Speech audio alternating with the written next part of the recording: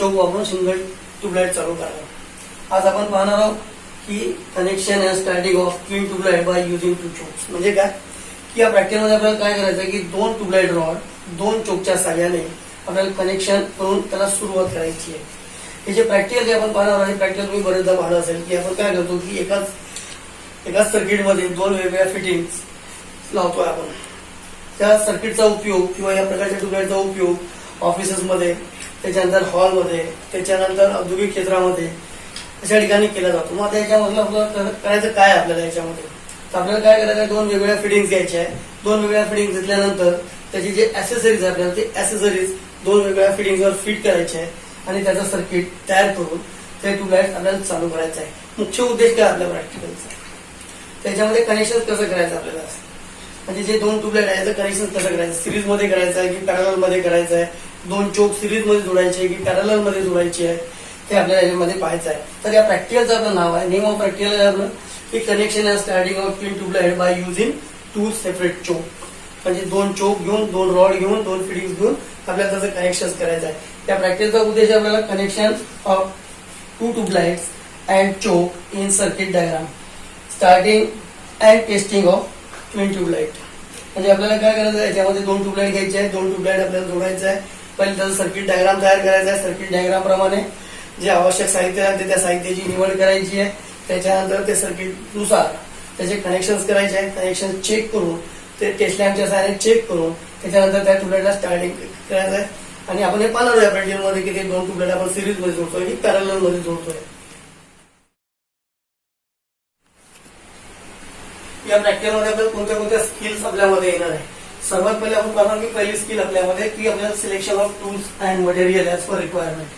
म्हणजे रिक्वायरनुसार आपल्याला काय करायचं त्याच्यामध्ये सिलेक्शन ऑफ मटेरियल करायचं। म्हणजे या प्रॅक्टिकलमध्ये मटेरियल कोणतं होतं, म्हणजे ट्यूबलाइट घ्यायची तर किती वॅटची ट्यूबलाइट घ्यायची आहे, रॉड घ्यायचा आहे आपल्याला तो किती वॅटचा घ्यायचा आहे, त्याच्यानंतर आपल्याला याच्यामध्ये कॅपॅसिटर घ्यायचा आहे, त्याच्यानंतर बरेच साहित्य आहे की ते आपल्याला या ठिकाणी वापरायचं। स्टार्टर आहे, स्टार्टर होल्डर आहे, त्याच्यानंतर वायर्स आहे, कनेक्टिंग वायर्स आहे, त्याच्यानंतर स्विचेस आहे, ते सर्व साहित्य आपल्याला त्याची निवड करता आली पाहिजे। त्याचप्रमाणे या प्रॅक्टिकलसाठी लागणारे टूल्स कोणत्या प्रकारचे घ्यायचं, म्हणजे स्क्रू ड्रायव्हरचा साईज किती असायला पाहिजे, त्याच्यानंतर कॉम्बिनेशन प्लायर लागेल आपल्याला, त्याच्यानंतर इलेक्ट्रिशियन लाईट लागेल, कटर लागेल, हे साहित्य आपल्याला त्याची निवड करायची। साहित्य सर्व आपल्याला निवड करता आली पाहिजे। आपण जेव्हा प्रॅक्टिकल करतो तेव्हा ही स्किल महत्वाची आपल्याला की आपल्याला सांगितलं की प्रॅक्टिकलचं नाव सांगितल्याबरोबर आपल्याला लक्षात द्यायला पाहिजे की आपल्याला कोणतं साहित्य लागणार आहे आणि ते साहित्य कसं निवडायचं, ते आपल्याला साहित्य कशा पद्धतीने घ्यायचं आहे ते आपल्याला पाहिजे। त्याच्यानंतर आपल्याला साहित्य सर्व साहित्य निवड झाल्यानंतर सर्वात पहिले आपल्याला जे फिटिंग्स करायचे त्या फिटिंगचं आपल्याला त्याची सर्किट डायग्राम तयार करायला पाहिजे। म्हणजे साहित्य आपण वापरणं, जे ऍसेसरीज आपल्याला जोडायचे, ऍसेसरीज आपल्याला कसं जोडायचं आहे तर त्याची पहिले आपल्याला सर्किट डायग्राम तयार करता आली पाहिजे। आपल्याला सर्किट डायग्राम तयार करणं आवश्यक आहे।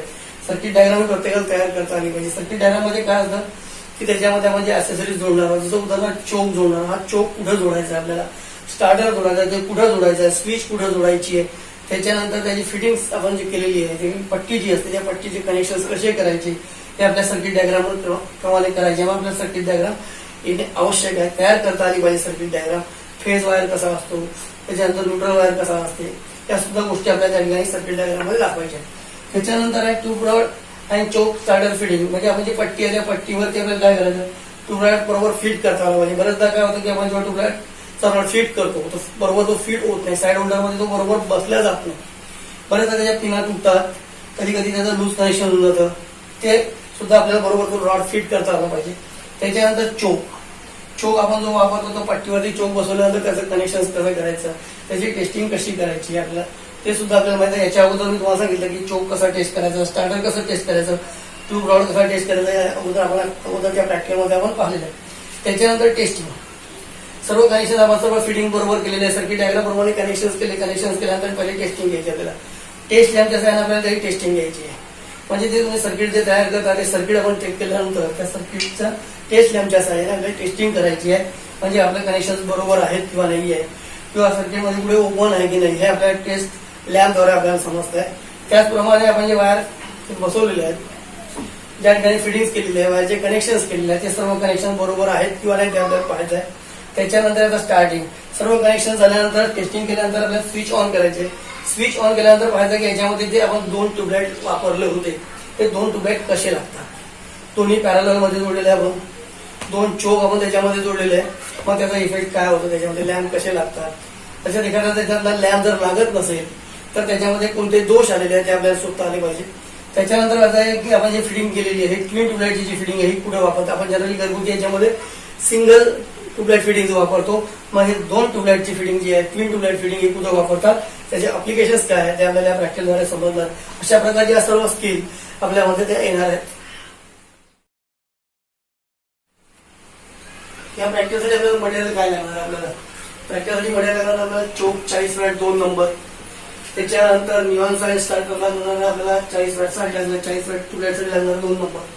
त्याच्यानंतर ट्यूबलाईट पट्टी with holder and starter holder. त्या पट्टीमध्ये आपल्याला काय पाहिजे की त्याच्यामध्ये होल्डर लागले 2 साईड होल्डर लागले असं म्हणजे त्याच्यानंतर त्याच्यामध्ये स्टार्टर होल्डर लागला म्हणजे त्या 2 पट्टी लागणार आपल्याला 2 नंबर.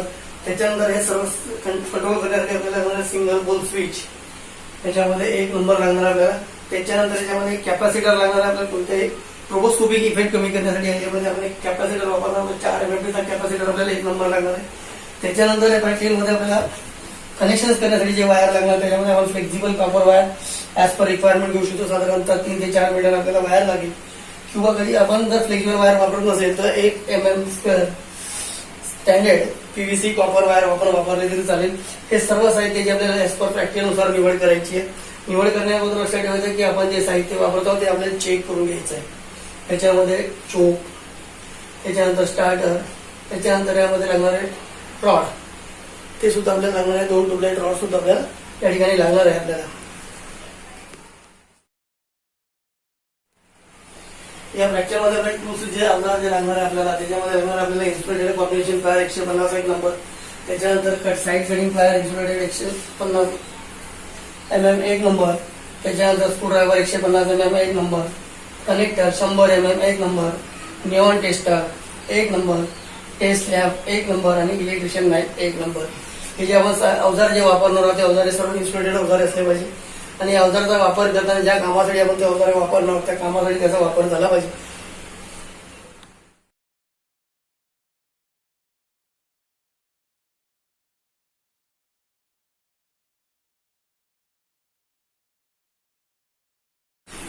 मटेरियल टूल्स रिक्वायरमेंट घेतल्यानंतर आपल्याला सर्किट डायग्राम तयार करायचे. सर्किट डायग्राम मध्ये आपण पाहतो की आपल्याला काय काय याच्यामध्ये एक स्टार्टर होल्डर जोडायचा आहे चोक जोडायचा आहे. त्याच्यानंतर पुन्हा दुसरा स्टार्टर जोडायचा आहे. त्याच्यानंतर सिंगल पोल स्विच जोडायची आहे. त्याच्यानंतर एक कॅपॅसिटर जोडायचा आहे. ते सर्व जोडणीकरिता आपल्याला काय करायचं आपल्याला एक सर्किट डायग्राम तयार करायचं. आकृतीमध्ये मी सर्किट डायग्राम दाखवली आहे. त्याच्यामध्ये आपण काय केलेलं आहे की एका स्विचच्या मार्फत 2 ट्यूबलाईट आपण चालू करतोय. हे 2 ट्यूबलाईट मध्ये सेपरेट 2 चोक वापरलेले आहे. ट्यूबलाईट नंबर 1 मध्ये एक चोक वापरलेला आहे. ट्यूबलाईट नंबर 2 मध्ये दुसरा आपण चोक वापरलेला आहे. कनेक्शन करताना बघा काय केलं आपण 2 फिटिंग नेहमीप्रमाणे सिंगल फिटिंग आणि दुसरी फिटिंग. त्याची कनेक्शन कसे केले आपण की फेज वायर जो आहे फेज वायर मध्ये स्विच जोडलेली आहे. आपण सिंगल पोल स्विच जोडलेली आहे. सिंगल पोल स्विच जोडल्यानंतर त्या ठिकाणी 2 जे चोक आहे ते आपण अशा पद्धतीने जोडलेले आहे. त्याच्यामध्ये चोक नंबर 1 आणि चोक नंबर 2. दुसऱ्या चोकच्या सिरीज मध्ये आपण एक कॅपॅसिटर जोडलेला आहे. तो पहिला जो चोक आहे आपण काय केला की पहिल्या फिटिंगला बसवलेला आहे. पहिल्या ट्यूबलाईटच्या सर्किटमध्ये बसवलेला आपण नेहमी ज्याप्रमाणे बसवतो त्याप्रमाणे आपण बसवलेला आहे आणि त्याचप्रमाणे आपण या ठिकाणी फिटिंग सुद्धा स्टार्टर होल्डेज फिटिंग त्याचप्रमाणे केले ज्याप्रमाणे आपण नेहमी करतोय. सिंगल ट्यूबलाईट मध्ये जशी करतोय तसंच त्याचप्रमाणे आपल्या दुसऱ्या फिटिंगचं सुद्धा आपण कनेक्शन केलेलं आहे. दुसऱ्या फिटिंगच्या काय केलं आपण की जो दुसरा जो चोक होता तो चोक एका सिरीज कॅपॅसिटर मार्फत दुसऱ्या ट्यूबलाईटच्या फिटिंग मध्ये बसवलेला आहे आणि तो सुद्धा सिरीज मध्ये आपण हा चोक बसवलेला आहे दुसऱ्या फिटिंग मध्ये. त्याच्यानंतर नेहमीप्रमाणे ज्याप्रमाणे आपण स्टार्टर जोडतो त्याप्रमाणे स्टार्टर होल्डर जोडून त्याच्यामध्ये आपण स्टार्टर बसवलेला आहे. हे सर्व कनेक्शन केल्यानंतर त्या ठिकाणी दोन्ही ट्यूबलाईटचा हा एक न्यूट्रल आपण काढलेला आहे. अशा पद्धतीने आपल्याला या सर्किटला फेज आणि न्यूट्रल आपण देतोय. हा फेज त्याच्यामध्ये स्विच आहे तो फेज वायर लाईव्ह वायर आणि त्याच्यामध्ये आपण एन दाखवला तर न्यूट्रल वायर. सर्व सर्किट तयार केल्यानंतर हे सर्किट तयार केल्यानंतर याचे कनेक्शन केल्यानंतर हे कनेक्शन तुम्ही तयार केलेले हे तुमच्या निदेशकांना पहिले दाखवायचे आहे. ते सर्व सर्किट निदेशकाकडून चेक करून घ्यायचं. निदेशकाकडून चेक करून घेतल्यानंतर आपण काय करायचं की या सर्किटला चालू करण्याच्या अगोदर या सर्किटच्या सिरीज मध्ये एक टेस्ट लॅम्प जोडायचा. टेस्ट लॅम्प जोडल्यानंतर ही स्विच ऑन करायची. स्विच ऑन केल्यानंतर तो टेस्ट लॅम्प कसा लागतो ते पाहायचा आहे. जर आपलं सर्किट बरोबर असेल योग्य प्रकारचं सर्किट तयार झालं असेल सर्व कनेक्शन जर बरोबर जर असतील आपले कनेक्शन बरोबर असतील तर तो टेस्ट लॅम्प डिम लागेल आणि समजून जातं की टेस्ट लॅम्प डिम लागला म्हणजे आपलं सर्किट हे योग्य झालेलं आहे बरोबर झालेलं आहे व्यवस्थित सर्किट आहे. त्याच्यानंतर स्विच ऑफ करायची टेस्ट लॅम्प काढून टाकायचा. त्याच्यानंतर स्विच ऑन करायची. स्विच ऑन केल्यानंतर दोन्ही ट्यूबलाईट कसे लागतात ते पाहायचे. आपल्याला असं आढळून येईल की दोन्ही ट्यूबलाईट पॅरलल मध्ये जोडल्या गेलेले आहेत, ते ब्राईट लागतील. जेवढा त्यांचं ल्युमेन्स आहे प्रति वॅट जेवढं ल्युमेन मिळते तेवढं ल्युमेन्स मिळेल. या सर्किटमध्ये आपण अतिरिक्त एक साहित्य जोडलं आहे ते म्हणजे कॅपॅसिटर. आपण कॅपॅसिटर या ठिकाणी का जोडलेला आपण, कारण हे कॅपॅसिटर जोडण्याचा हा जो कॅपॅसिटर आपण घेतलेला हा 4 मायक्रोफॅरडचा घेतलेला आहे आणि ट्यूबलाईट नंबर 2च्या सिरीज मध्ये हा आपण जोडलेला आहे. जोडण्याचं कारण काय की जेव्हा आपण पाहतो की 2 ट्यूबलाईट आपण एकाच फेजद्वारे एकाच फेजमध्ये आपण चालू करतोय तेव्हा याच्यामध्ये एक ट्रोबोस्कोपिक नावाचा इफेक्ट तयार होतो. ट्रोबोस्कोपिक इफेक्ट तो कमी करण्यासाठी तो ट्रोबोस्कोपिक इफेक्ट आपल्याला काय करायचा, निग्लेक्ट करायचा. त्याच्यासाठी आपण काय करतो की एक कॅपॅसिटर या ठिकाणी जोडतोय. हा कॅपॅसिटर सर्किटमध्ये जोडल्यामुळे काय होतंय की जो ट्रोबोस्कोपिक इफेक्ट आहे तो ट्रोबोस्कोपिक इफेक्ट कमी होतो. ट्रोबोस्कोपिक इफेक्ट म्हणजे काय की जेव्हा आपण ट्यूबलाईट चालू करतो त्याच्यावर समजा याच्यामध्ये व्होल्टेज जर अनबॅलन्स झालं तर काय होते, कोणत्याही एका ट्यूबलाईटवरती त्याचा फरक पडतो आणि फरक पडल्यामुळे आपल्याला या ठिकाणी असं काहीतरी असं गोल ट्यूबलाईट मध्ये फिरताना दिसतं. तो इफेक्ट हा कमी होतोय, त्याला म्हणतात ट्रोबोस्कोपिक इफेक्ट. आपण काय केलं, अशा पद्धतीने 2 ट्यूबलाईट म्हणजे 2 जे फिटिंग्स आहेत ट्यूबलाईट फिटिंग्स त्या 2 चोकच्या सहाय्याने काय केलेलं आहे आपण पॅरलल मध्ये जोडलेलं आहे आणि हे जे स्विचच्या सहाय्याने त्याला नियंत्रित केलेलं आहे. अशा प्रकारची जी फिटिंग आहे ती पुढे वापरते.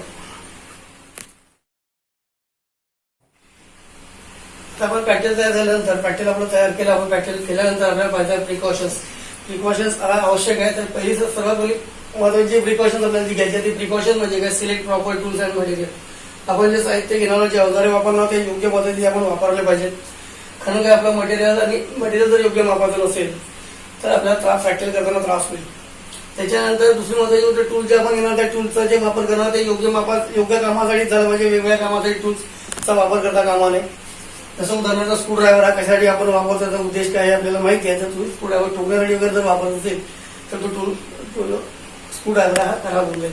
टेस्टर आपण यासाठी आपण निवड करतोय की आपला सप्लाय आहे की नाही, लाईव्ह वायरमध्ये करंट आलेला आहे की नाही ते पाहण्यासाठी आपण या ठिकाणी टेस्टरचा सुद्धा वापर करतोय. त्यामुळे टेस्टरचा सुद्धा आपण योग्य प्रकारे वापर केला पाहिजे.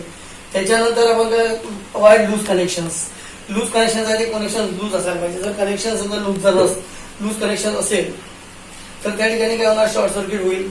बरेचदा काय होतं आपण पॅटेल करता कनेक्शन मध्येच निघून जातील किंवा सर्किटमध्ये स्विच ऑफ म्हणजे चालू बंद होऊन जाईल. कनेक्शनची लाईट आहे आपल्या चालू बंद होतील. त्याच्यानंतर दुसरी महत्वाची गोष्ट, जर समजा लूज कनेक्शन वायर निघून जर गेला कदाचित तो आपल्या हाताला जर लागला, त्याचा कंडक्टर जर आपल्या हाताला लागला तर आपल्याला शॉक लागण्याची शक्यता राहील. त्याच्यानंतर remove proper size of insulation. आपण जेव्हा वायरवरचं इन्सुलेशन काढतो ते इन्सुलेशन काढताना अगदी योग्य मापाचं काढलं पाहिजे. वाजवीपेक्षा जास्त इन्सुलेशन काढता कामा नये. कारण आपण वाजवीपेक्षा जास्त इन्सुलेशन जर काढलं तर ते इन्सुलेशन काढल्यानंतर तो कंडक्टर आहे कदाचित बरोबर जर फीड जर झाला नाही तर त्याचं कंडक्टर जास्त जर बाहेर राहिला आणि आपण प्रॅक्टिकल करता जर त्या ठिकाणी हात जर लागला तर आपल्याला शॉक लागेल. किंवा तोच कंडक्टर जर समजा एखाद्या मेटॅलिक पार्टला लागला तर त्या मेटॅलिक पार्ट मधून करंट व्हायला आणि आपल्याला शॉक लागण्याची शक्यता असेल.